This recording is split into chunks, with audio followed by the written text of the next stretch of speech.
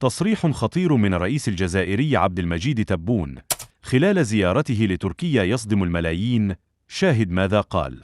إذا كنت محبا للرئيس الجزائري عبد المجيد تبون وتريد أن تصلك أخبار بلد 1.5 مليون شهيد، اشترك في القناة ليصلك كل جديد. بدأت الزيارة بمراسم توديع رسمية للرئيس عبد المجيد تبون قبل مغادرته الجزائر باتجاه العاصمة التركية أنقرة، في مشهد عكس الطابع الرسمي والسيادي للزيارة التي تندرج ضمن مساعي البلدين لتعزيز الشراكة الثنائية وتوسيع مجالات التعاون.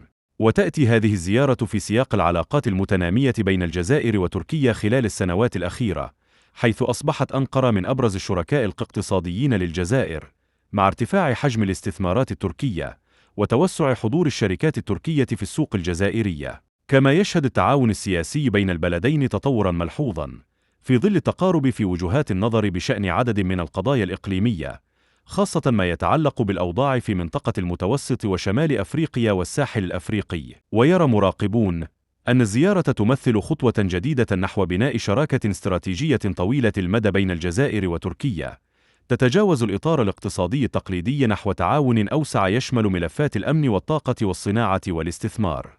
تصريح خطير من الرئيس الجزائري عبد المجيد تبون خلال زيارته لتركيا يصدم الملايين. شاهد ماذا قال.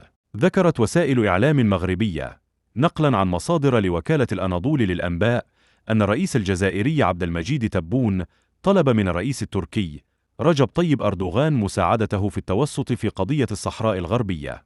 وأضافت نفس المصادر المغربية نقلا عن المصادر التركية أن عبد المجيد تبون أخبر طيب أردوغان أنه مستعد لتطبيع العلاقات مع إسرائيل مقابل إلغاء الولايات المتحدة الأمريكية اعترافها بمغربية الصحراء، وإنهاء واشنطن للطرح المغربي بخصوص مقترح الحكم الذاتي في الصحراء الغربية.